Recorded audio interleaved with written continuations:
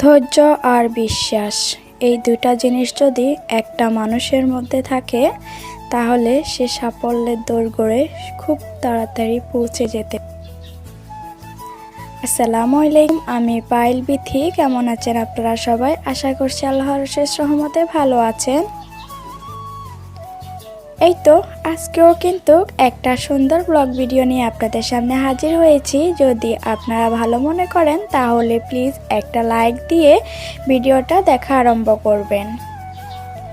আর এই তো কি সুন্দর স্নিগ্ধ আকাশ দেখিয়েছে আপনাদেরকে, আর মৃদু হাওয়া। তার সাথে কিন্তু সকালের নাস্তাটা তৈরি করার জন্য চলে এসেছি, যে আজকে সকালে নাস্তাটা তৈরি করব।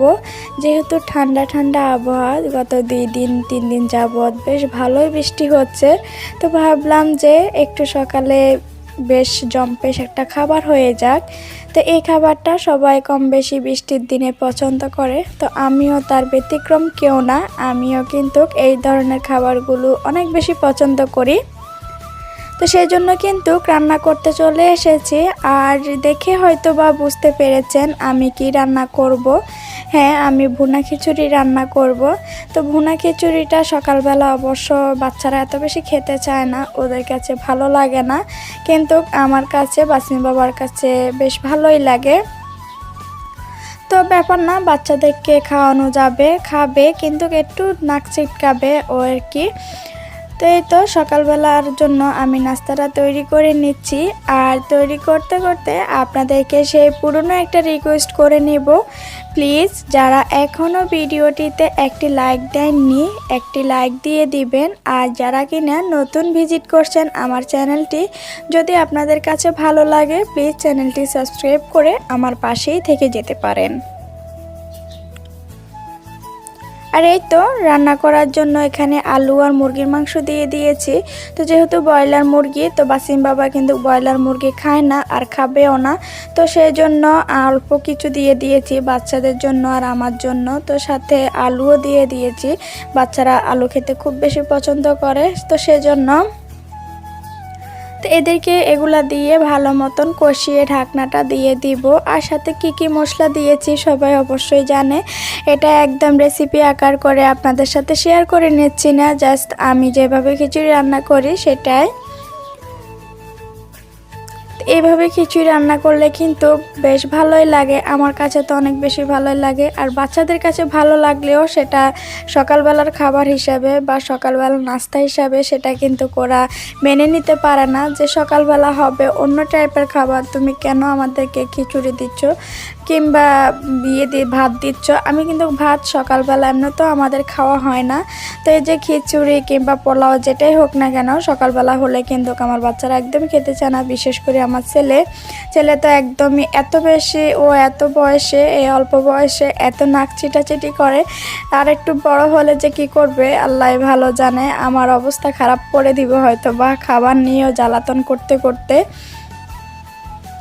তাই তো এখানে আমি ভালো মতন কিন্তু চাউলটা আর ডালটাও ভালো মতন ভেজে নিয়েছি। এখানে আমি মুগ ডাল দিইনি, মসুরির ডাল দিয়েছি, আর দিয়ে ভালো করে ভেজে তারপর কিন্তু এখানে গরম পানি দিয়ে দিয়েছি।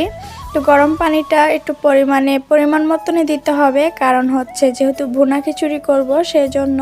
আর সাথে এখানে কয়েকটা আস্ত কাঁচামরিচও দিয়ে দিয়েছি, যেহেতু ফালি করে দেওয়া যাবে না, বাচ্চারা খাবে সেই জন্য। আর এখানে কিছু জলপাইয়ের আচার ছিল, আম্মু বানিয়ে দিয়েছিল, তো সেগুলোই কিন্তু এখানে দিয়ে দিচ্ছি।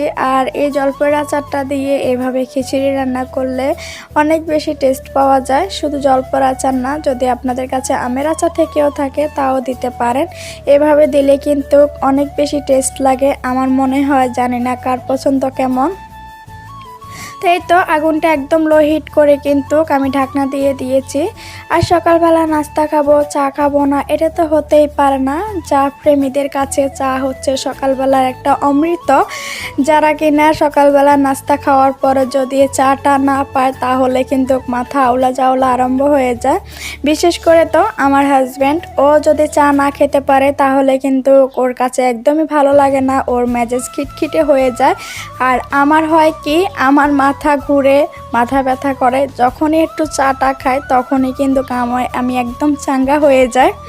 তো আসলে চা প্রেমীদের কাছে এই চা জিনিসটা কিন্তু অনেক তো এই তো এর দিকে কিন্তু আমার খিচুড়িটা অলরেডি হয়ে গিয়েছে। আর দেখেন আমার খিচুড়িটা একদম কিন্তু ঝরঝরাই হয়েছে। আর দেখতে যেমন সুন্দর হয়েছে, মাশাল্লাহ খেতেও অনেক সুন্দর হয়েছে। যদিও নিজের প্রশংসাটা নিজেই করে ফেললাম আপনাদের আগে। সত্যি বলতে এত বেশি ভালো লেগেছে। আরও বৃষ্টিময় সকাল, ঠান্ডা ঠান্ডা সকাল, আর ঠান্ডাময় সকালে কিন্তু এই ধরনের খাবার আসলেই অনেক ভালো লাগে। সকাল হোক দুপুর হোক, বৃষ্টিময় দিনে কিন্তু এই ধরনের খাবার না হলে আমি মনে করি চলেই না, অনেক বেশি ভালো লাগে সেজন্য। আর সাথে যদি একটু ভর্তা থাকে তাহলে তো অনেক বেশি ভালো লাগে। তো আমি যেহেতু এরকমভাবে ভর্তা বানাতে পারি না, তো সেজন্য আর ভর্তার আয়োজন করিনি। একটা ডিম ভাজি করে দিয়েছি আর সাথে একটু সালাদ, তো এতেই হয়ে যাবে। কারণ হচ্ছে আমি ডিমবাজি আমার এত বেশি ভালো লাগে না, আর বাসিমের বাবাও ডিমবাজি খাবে। বাচ্চারা কিন্তু ডিমবাজি একদমই খাবে না, কারণ হচ্ছে আমার বাচ্চারা ডিমবাজি একদমই পছন্দ করে না। ওরা হচ্ছে ডিমটাকে সিদ্ধ করে দিলে ওইটা মোটামুটি খাবে, কিন্তু এইভাবে ভেজে দিলে ওরা খাবে না। তো এর কি খাওয়া দাওয়া কিন্তু অলমোস্ট কমপ্লিট হয়ে গিয়েছে সবার, মানে বাচ্চার বাবাদের। আর সাথে তো এখন অফিসে চলে যাচ্ছে। আর অফিসে যাওয়ার আগে এই তো দেখেন আমার ঘরের অবস্থা। প্রতিদিন অফিসে যাওয়ার সময় কিন্তু এভাবে ওদেরকে আদর দিয়ে যেতে হয়। আর আমার মেয়ের অবস্থা দেখেন, ও ডিম খায় না, কিন্তু ডিমের যে প্লেটটা সেটা হাতে নিয়ে ঘুরছে আর বাবার পিছে পিছে বাবাকে খাওয়াবে।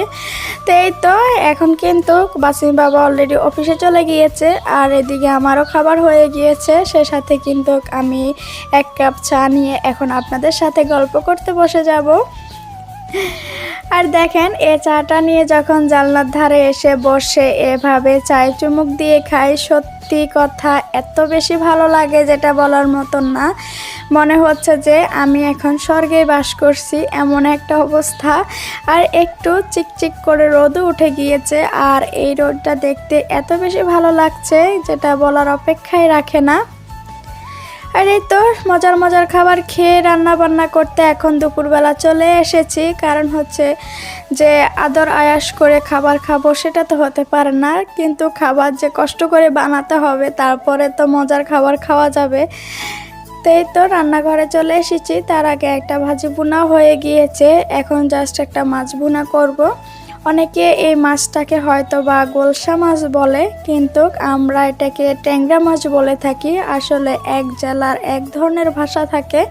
তো ওই গত কয়েকদিন আগে শিশিরাপুর একটা ভিডিও দেখেছিলাম। তো শিশিরাপুর মানে ডেইলি লাইফ অ্যান্ড কিচেন চ্যানেলের শিশিরাপুর কথা বলছি। তো ওনার ভিডিওতে দেখেছিলাম উনি গোলসা মাছ রান্না করতেছে, আর দেখে এত বেশি ভালো লাগছে। সঙ্গে সঙ্গে বাসিম বাবাকে বললাম যে বাসিম বাবা, আমি অনেক দিন হয়েছে, আমারও কিন্তু এই গোলসা মাছটা অনেক বেশি প্রিয়। তো বললাম যে অনেক দিন হয়েছে খাই না, তুমি এনে দিবে কিনা। তো বললো যে অসুবিধা কি, তুমি খেতে চেয়েছো। মেন হচ্ছে এই ধরনের ছোট মাছ আমার বাসায় আনা হয় না, শুধুমাত্র কাটার ঝামেলার জন্য। কারণ হচ্ছে আমি একদমই মাছ কাটতে পারি না, তো সেই জন্যেই কিন্তু এই কাটার ঝামেলার জন্য ছোট মাছ আনা হয় না, সবসময় বড় মাছ কাটিয়ে নিয়ে আসে। তো যেহেতু খেতে চেয়েছি আর সঙ্গে সঙ্গে নিয়েও এসেছে, তো কি আর করা, কষ্ট হয়েছে কাটতে, অনেক সময় নিয়ে অনেক কষ্ট করে কেটেছি। কাটার পরে তো রান্না করে নিচ্ছি। তো আসলে গোলসা মাছটা অনেক বেশি টেস্ট, অনেক বেশি ভালো লাগে আমার।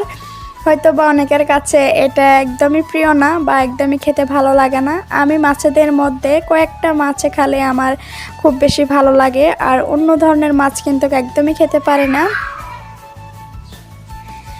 আমার ভয়েসে হয়তো বা একটু ব্যাকগ্রাউন্ড সাউন্ড আসতে পারে, আমার বাচ্চারা পাশের রুমে খুব চিল্লাচিল্লি করছে, খেলাধুলা করতেছে, সেজন্য প্লিজ ক্ষমা সুন্দর দৃষ্টিতে দেখবেন আমার এই ব্যাকগ্রাউন্ড সাউন্ডের জন্য।